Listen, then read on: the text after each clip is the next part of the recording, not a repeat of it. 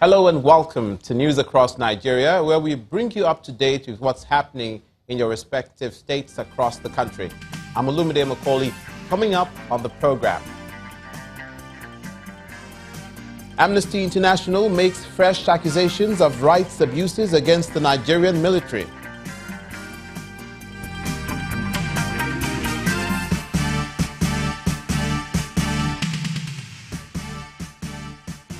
Security officials continue search for missing Dapchi schoolgirls.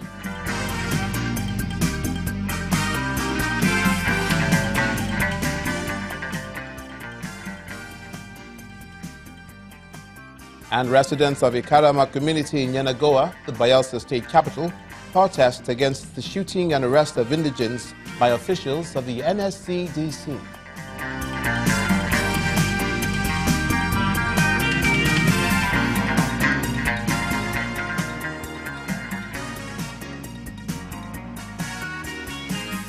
Thanks again for joining us. We begin with an allegation by the human rights group Amnesty International, who've accused Nigerian security forces of committing what it describes as widespread human rights violations in the year 2017.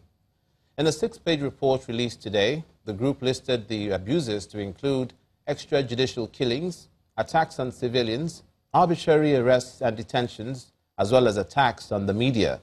The report particularly condemns what it says is the total disregard of the Nigerian military for human rights in the war against Boko Haram insurgents in the northeast.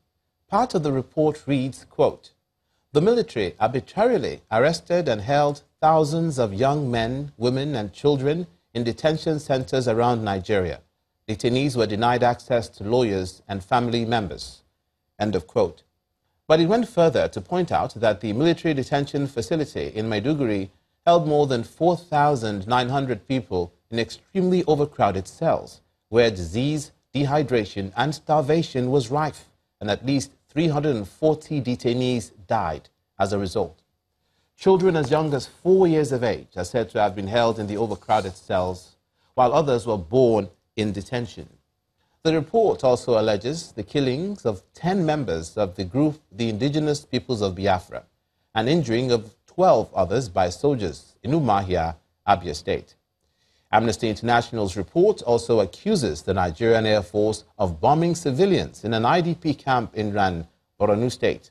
Both the police and the DSS are not spared in that report, which also alleges that arrest and torture of some individuals by both security organizations, including the detention of continued detention of Islamic Movement of Nigeria leader Ibrahim al-Zakzaki. The terrorist group Boko Haram, as well as armed herdsmen, are also accused of carrying out murderous attacks on civilian populations in the report. Security forces are still searching for the girls said to be missing from the Government Girls Science Technical College in Dapchi in the aftermath of another Boko Haram attack. This latest development contradicts an earlier statement issued by the state government explaining that some of the girls had been rescued by officers and men of the Nigerian army. Our correspondent, Jonathan Gopep, who is in Dapchi, reports that the mood amongst the people is gloomy after the expectation that purportedly rescued children will be returned to them were dashed. Governor Ibrahim Gaidam, who has visited the town, has appealed for calm amongst the residents, assuring them that security forces are doing everything possible to rescue the missing schoolgirls. A federal government delegation is to visit Dapchi in Yobe State today on a fact-finding mission. This follows a directive from the president to the military and other security agencies to provide him with information regarding the missing students. Nigeria's war on corruption seems to have suffered a setback, with the latest report released by a global anti-corruption watchdog indicating that the scourge is getting even worse. Transparency International's latest Global Corruption Perception Index ranks Nigeria 140 out of 180 countries surveyed. This shows a significant drop of 12 places compared to the country's rating of 136th position in 2016. However, the report also points out that the problem of corruption is a general trend across the world. It says, quote, "This year's Corruption Perception Index highlights that the majority of countries are making little or no progress in ending corruption, while further analysis shows journalists and activists in corrupt countries risk their lives every day in an effort to speak out. While the Economic and Financial Crimes Commission has arrested and arraigned several politicians and public servants, the Buhari administration has also been accused of failing to address corruption amongst other key government officials. Meanwhile, fighting corruption is one of the main priorities of the Buhari administration. The chairman of Transparency International Nigeria, Mr. Awal Rafsanjani, believes the federal government needs to take the battle a notch higher to make any meaningful progress. Mr. Rafsanjani was speaking in an exclusive interview with Channels Television before the release of its 2017 ranking. Take a listen.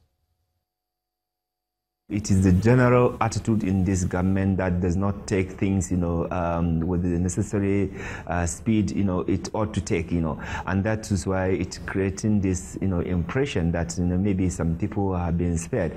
Otherwise, really, going by what we are seeing in the anti-corruption war in Nigeria, I don't think, that is the case. But however, people have different interpretation on action they see. So maybe perhaps the former president Obasanjo has his own way of analyzing things, but for me, as somebody who is fighting corruption, who is also monitoring the work of the anti-corruption agencies, I think they are doing their work. They are also overwhelmed. There is a political will, but the reality is that the people that constitute the menace of corruption, they are more powerful than actually the people that are fighting corruption in the country. For example, a lot of people who have looted money, they still have access to bringing in confusion and making it look as if they are just being selected for victimization when they have looted and destroyed the country. So those people, they are a large number. Mr. President and many of his party members also did not necessarily share the same spirit with Mr. President, because Mr. President himself has not been able to groom people, or has not been able to have a particular a set of people that can actually support the work that he's doing. So he's like himself and his vice president are alone in the fight against corruption within the executive. The state governors, the local government, the ministers, and many people in the National Assembly did not necessarily share the same spirit with the Mr. President, and that is a problem. Now let's hear more on the rationale behind the ranking that saw Nigeria drop 12 places in the Corruption Perception Index. An official of Transparency International, Okeke Anya, spoke to us on telephone.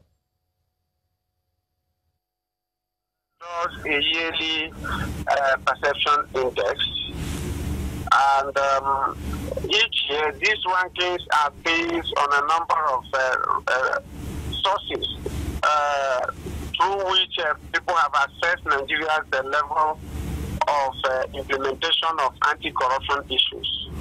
So it is a yearly affair, and there's always a methodology of doing that. It is, they do it for a lot of countries.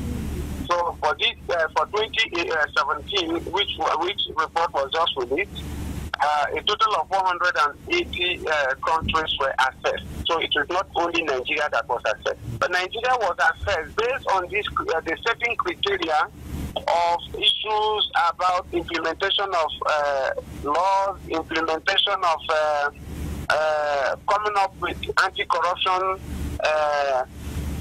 instruments, and so on. So, and a lot of questions are asked depending on the assessor. The World Bank has its own areas of assessment.